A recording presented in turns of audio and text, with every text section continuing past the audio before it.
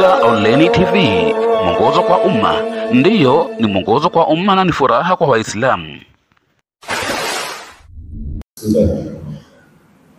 Assalamu alaikum wa rahmatullahi wa barakatuh. Alhamdulillah.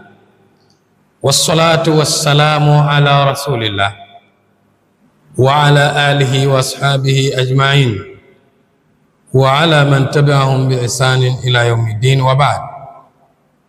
Watukufu wa Islam na wafuatiliaji wetu wapendwa wa media yako pendwa Huda Online TV, ni mara nyingine tena katika mfululizo wa vipindi vyetu ambavyo lengo lake ni kukumbushana sambamba na kufundishana masala mbalimbali ya dini yetu ya Kiislamu. Watukufu wa Islam, tukiwa tunaendelea katika kuendeleza kufunga mwezi mtukufu wa Ramadhan, nimekuja kwa muda mchache tu, naomba mnisikilize nikiwa natoa nasaha zangu kwa miongoni katika maduati ambao huwa tunawafuatilia namna ambavyo wanatoa miongoni mwa nasaha zao katika yale mambo ambayo yanatokea katika hali ya kuwa na makosa ya aina mbalimbali, baadhi ya mashekhe na baadhi ya watu wa kawaida. Mara nyingi huwa naona nembo ambayo imeandikwa siafu na husikia sauti ambayo huwa inaonyesha kwamba ni miongoni katika walinganizi wa dini hii ya Kiislamu, akiwa anatoa maelekezo au anatoa masahihisho katika njia hii ya mtandao, na kwa kweli anafanya kazi kubwa. Lakini nasaha zangu kwake kwamba dini ya Uislamu ina historia ndefu, na kwetu sisi historia ya kujipima nayo ni ile historia ya mtume wetu Muhammad sallallahu alaihi wa alihi wasallam. Mtume wetu Muhammad sallallahu alaihi wa alihi wasallam ni kigezo tosha, lakini pia masahaba ridwanullahi alaihim nao pia ni kipimo cha pili kwetu, na khulafa urashidun, waja wema waliotangulia, hicho ndio kipimo katika mambo yote ya ndani ya dini yetu ya Kiislamu. Sasa leo kuna vijana wengi ambao kwa kivuli cha Uislamu hutaka kuonyesha tabia yake, kwa kivuli cha Uislamu hutaka kufanya chumo la maisha yake, kwa kivuli cha Uislamu hutaka kujionyesha na kujitafutia umaarufu. Kwa kweli klipu zake zote takriban ni za kuweka sawa katika mule mulimokosewa. Nimeona klipu ambayo anazungumza maneno machafu sana juu ya Sheikh Qasim Mafuta hafidhahullahu ta'ala, lakini pia ana klipu ambazo za hivi karibuni akiwazungumzia watu ambao hata hatufahamu dini zao ni dini gani. Mojawapo walikuwa anamzungumzia Afandi Sele, lakini pia nyingine alikuwa anamzungumzia mtu mmoja anaitwa Doto Magari. Klipu hizi mbili zote nimezisikia kwa makini na nikazisikiliza, na nikaona kwamba kuna makosa makubwa kwa huyu mlinganizi, kwa sababu sisi Allah subhanahu wa ta'ala ametufundisha wasaili da'wa. Anatuambia Allah subhanahu wa ta'ala, a'udhu billahi minash shaitani rajim, ud'u ila sabili rabbika bil hikmati wal mau'izati al hasana, kwamba waite watu katika njia ya Mola wako kwa hikma na mawaidha mazuri. Na huu ndio wasaili da'wa. Tokea mwanzo dawa ya Uislamu iko namna hiyo, na haitobadilika kulingana na kubadilika kwa mazingira ya maisha, kwa kuja information mbalimbali ikiwemo mitandao ya kijamii, kadhalika na information nyingine ambazo zimekuja baada ya kuondoka Nabii Muhammad sallallahu alaihi wa sallam.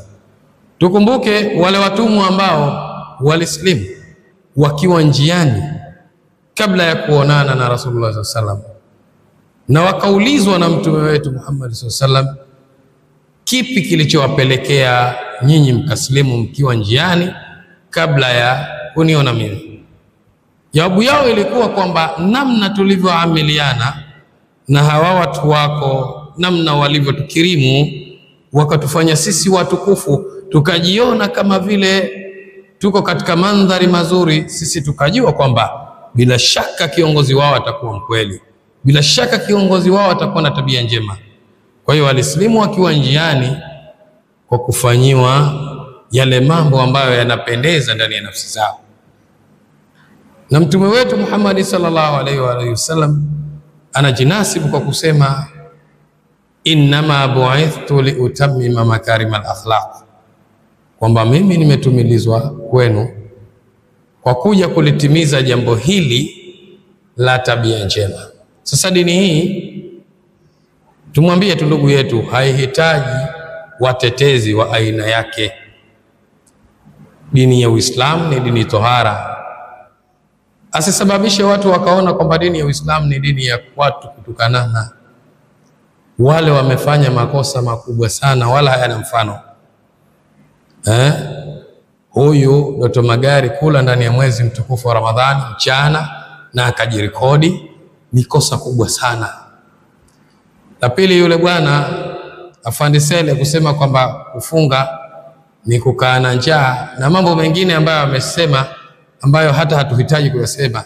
Hawa mabwana wamekosea sana na wanahitaji kuonywa na Waislamu, lakini kuna njia za kumuonya mtu ambaye amesoma na kuijua dini, lakini pia kuna njia ya kumuonya mtu ambaye huyu hakusoma ingawa yuko kwenye dini, lakini pia kuna njia ya kumuonya mtu ambaye hata hajitambui yuko wapi.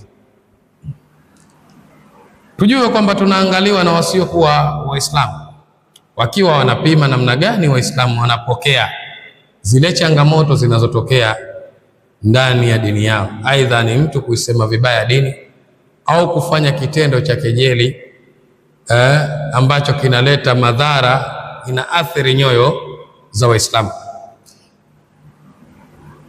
Katika historia ya Nabii Muhammad SAW, wakati Uislamu ukiwa una nguvu zake, unajiweza, alitokea bwana mmoja. Huyo alijisaidia ndani ya msikiti akiwa Rasulullah SAW yumo na maswahaba wake.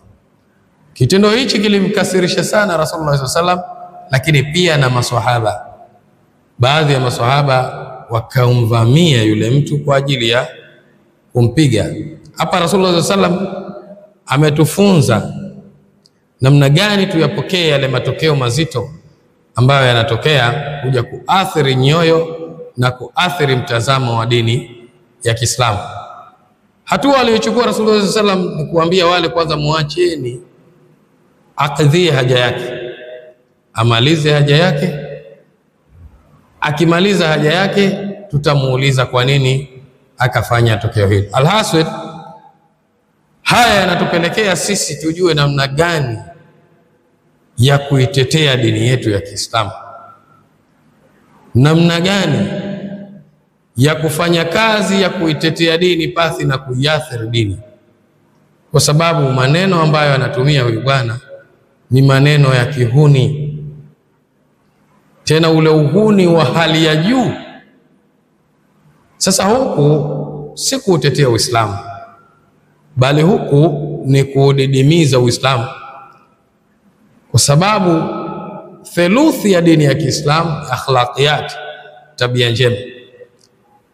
Amekosea, unamwita, unamfahamisha uzito wa Uislamu, unamfahamisha namna gani yatakiwa aishi katika maisha ya dini ya Kiislamu na madhara ya kile alichokifanya, kwa sababu inawezekana wengine wanafanya mambo wakiwa wamelewa na hawajui. Hawa wote wanahitaji kuelimishwa, hawa wote wanahitaji kuelimishwa, kwa sababu kama ingalikuwa mtu aliyefanya upumbavu alipo kwa upumbavu, basi ni ule wakati wa vita. Waislamu walikuwa wanauliwa kinyama. Mtu baada ya kuuliwa anakatwa kwa vipande, wengine walikuwa wanaliwa mpaka maini yao. Historia ni ndefu, lakini tazama, Allah subhanahu wa ta'ala anawarudisha Waislamu katika msingi wao ni kuitetea dini, na wale waliopo waone mfano mzuri wa tabia ili waingie katika dini ya Uislamu. Akawakataza Waislamu kuambia fala tusrif fil qatl, wala msifanye uisrafu katika kuua.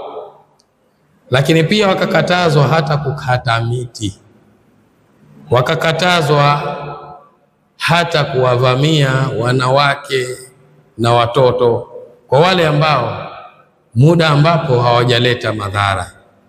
Sasa Uislamu una misingi yake ya dawa, iko vyema.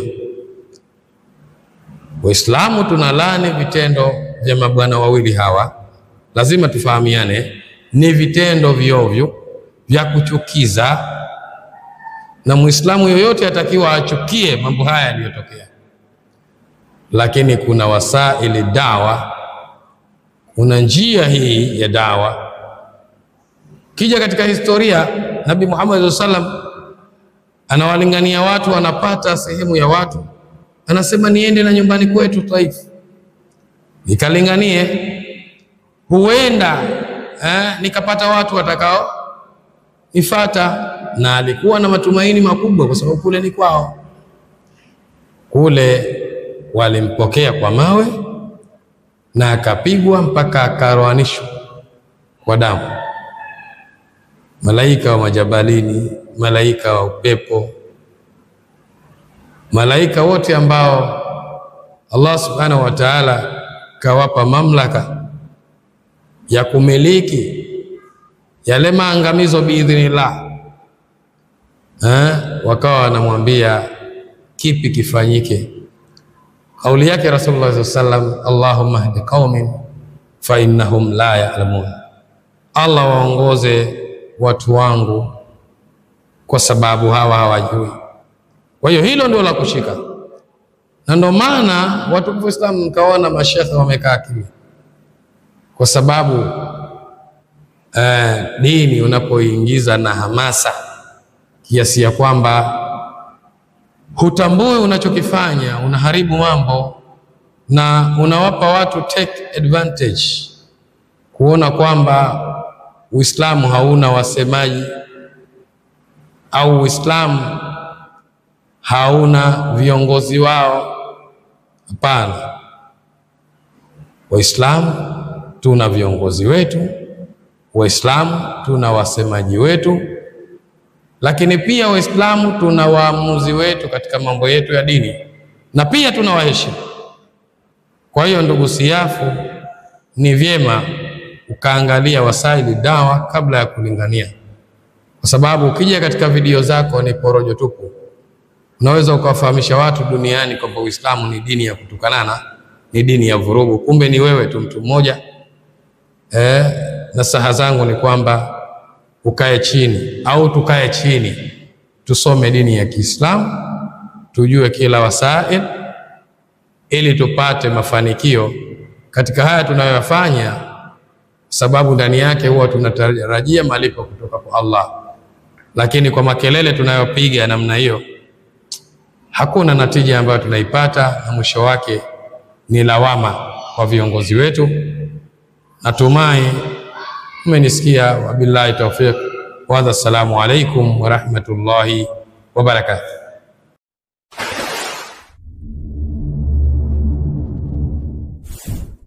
Allahu Rabbi wal Islamu dini.